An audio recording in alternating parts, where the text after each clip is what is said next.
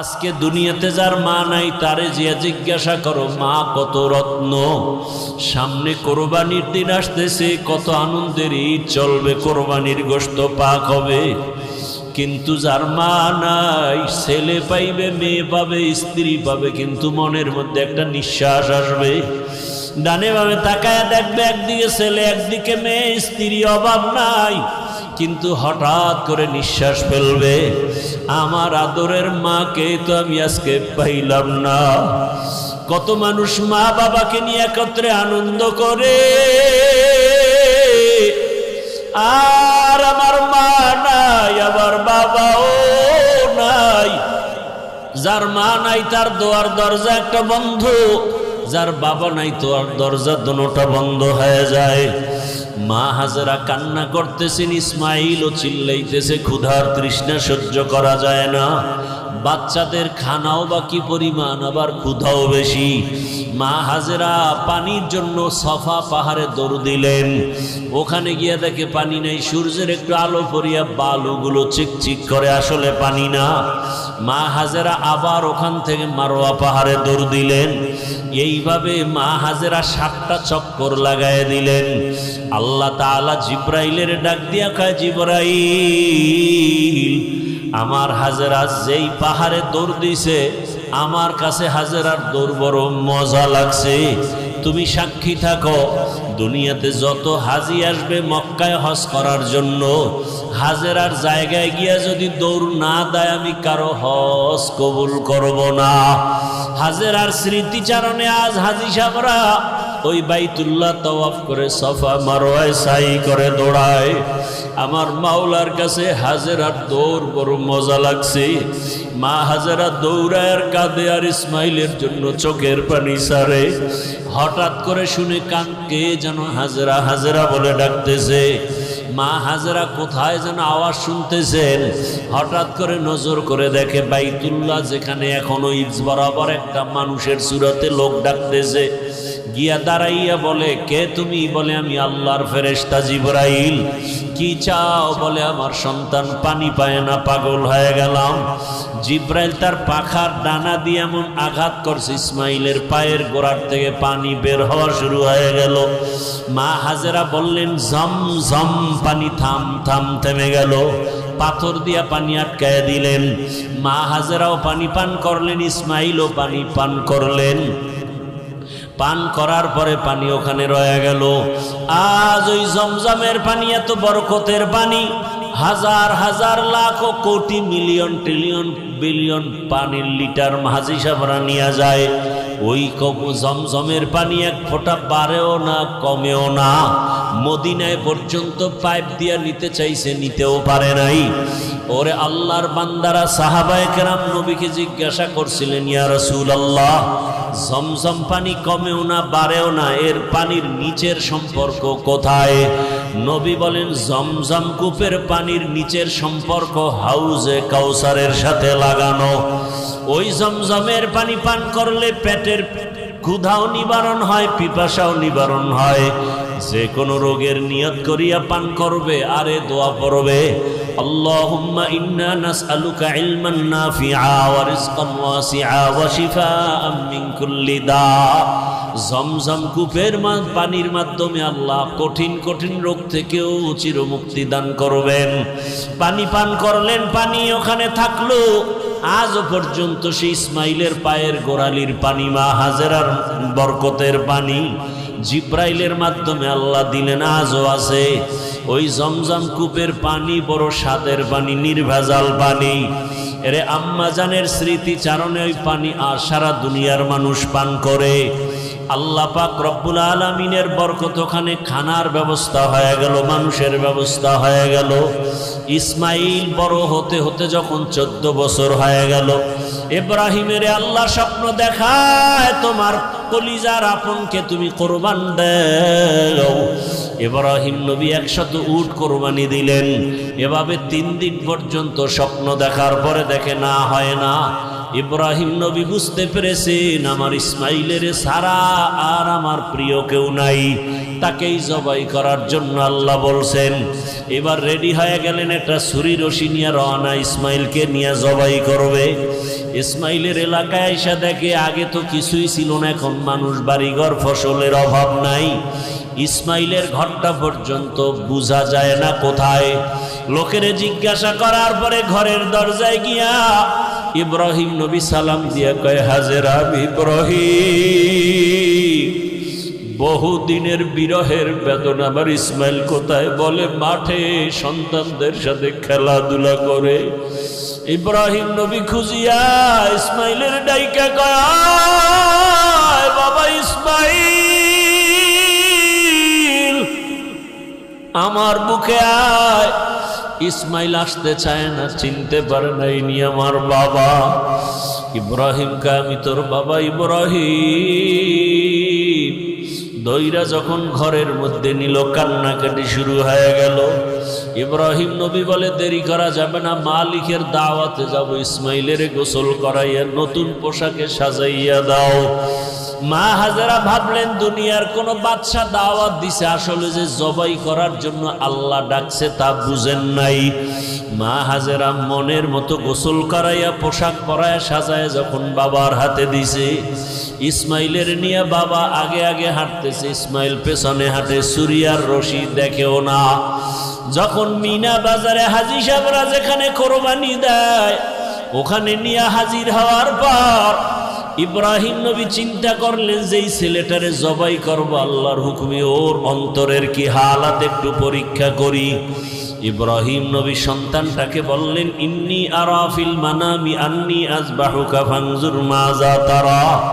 ও বাবা ইসমাইল, আমি স্বপ্ন দেখি তোমাকে জবাই করতেছি, বলো তোমার কি মতামত। ও আল্লাহর বান্দারা, আল্লাহর মহব্বত কাকে বলা হয়? ইসমাইল এই কথা শোনা মাত্রই ডাক দিয়া কাইয়া, আবা তিফআল মা তুমার সাতাজিদুনি ইনশাআল্লাহু মিনাস সাবিরিন। আব্বা জান, আপনি স্বপ্ন দেখছেন, তাড়াতাড়ি তা বাস্তবায়ন করেন। আমি ইনশাআল্লাহ, আমাকে আপনি ধৈর্য ধারণকারীদের মধ্যেই পাবেন। তাড়াতাড়ি আমাকে শোয়াইয়া জবাই করেন। তবে আব্বা জান, এই কথাটা যদি একটু বাড়ি বসে বলতেন, আমি আমার মায়ের থেকে চির বিদায়ের সালাম জানাইয়া আসতাম, আমার মায়ের থেকে বলে আসতাম, বলেন নাই কোনো দুঃখ নাই, আপনি আমাকে জবাই করিয়া যখন চলে যাবেন আমার আম্মু জান ইসমাইলের তালাশ করবে।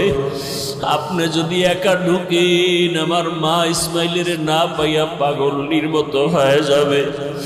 আপনি আমার মাকে ধমক দিবেন না, আমি ইসমাইলের পক্ষ থেকে সালাম জানাইবেন। আর আমার আম্মাকে সান্ত্বনা দিয়া বলবেন, কিয়ামতের ময়দানে সন্তান ইসমাইলের সাথে মোলাকাত হবে।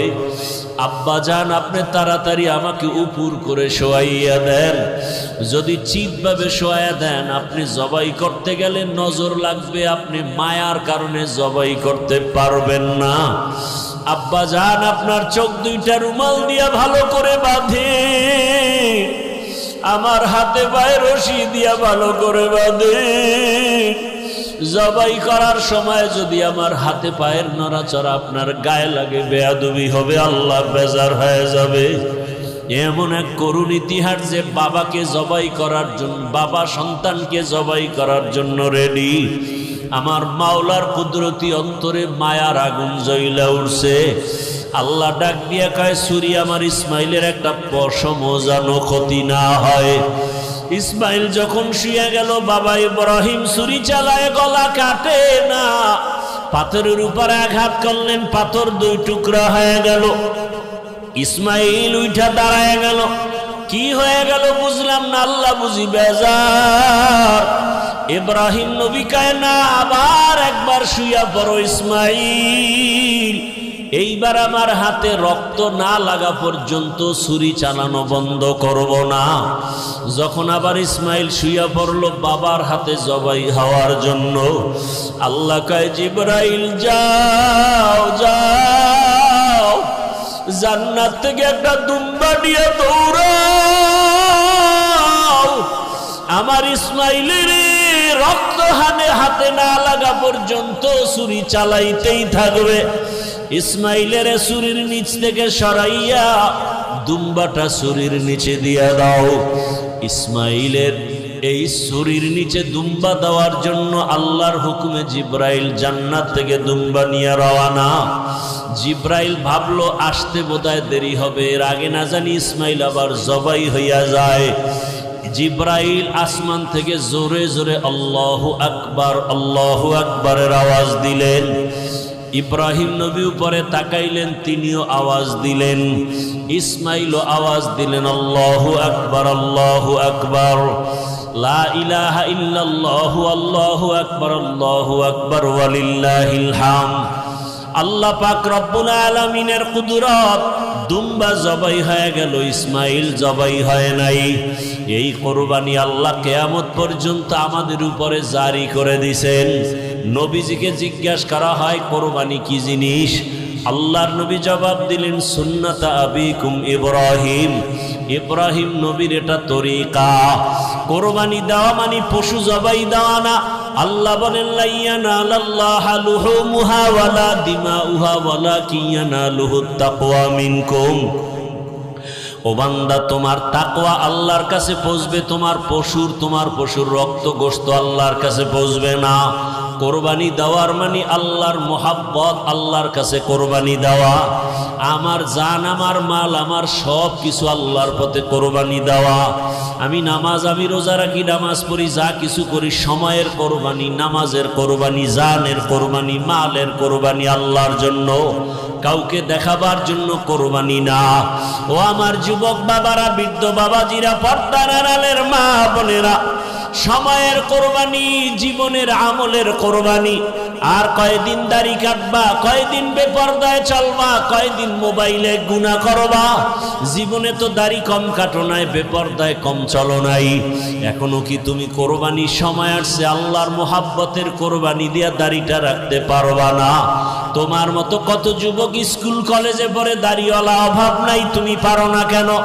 তোমার মতো কত যুবক রাস্তায় গাড়ি চালায় দাড়িওয়ালা, তুমি পারো না কেন? কত যুবক দাড়িওয়ালা চাকরি করে, ব্যবসা করে, তুমি পারো না কেন? ও মা বোনেরা, আপনার মতো কত মা বোন পর্দাওয়ালা, নামাজ পড়ে, স্বামীর খেদমত করে, আপনি পারেন না কেন? আল্লাহর কাছে তওবা করেন আর নামাজ ছাড়বেন না, বেপরদায় চলবেন না, স্বামীর মাল নষ্ট করবেন না। ও যুবক বাবারা, তওবা করো আর দাড়ি কাটবা না, বেপরদায় চলবা না, নামাজ ছাড়বা না।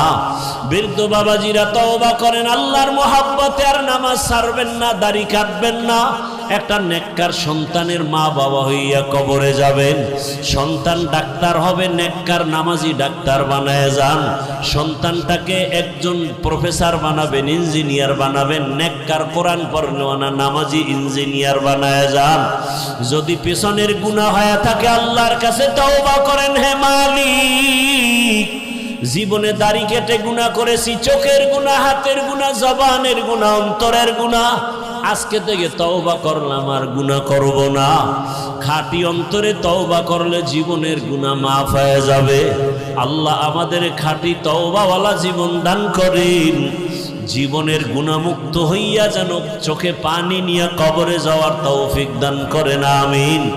আলহামদুলিল্লাহি রাব্বিল আলামিন, ওয়াসসালাতু ওয়াসসালামু আলা সাইয়্যিদিল আমবিয়াই ওয়াল মুরসালিন ওয়া আলা আলিহি ওয়া আসহাবিহি আজমাইন। ইয়া আরহামার রাহিমিন, ইয়া আরহামার রাহিমিন, ইয়া আরহামার রাহিমিন। রব্বিরহামহুমা কামা রব্বায়ানি সগীরা। আল্লাহুম্মা ইন্নাকা আফুউন কারীম তুহিব্বুল আফওয়া ফাআফু আন্না। ও দয়ার মালিক, কুদরতের নজর দিয়ে তাকায় দেখেন কত উলামায়ে কেরাম, কত মুরব্বী, হাজী সাহেব, ব্যবসায়ী, চাকরিজীবী, যুবক, ছাত্র, পর্দার আড়ালের মা বোনেরা, আপনার দরওয়াজায় আমরা গুনার বোঝা নিয়ে হাজির।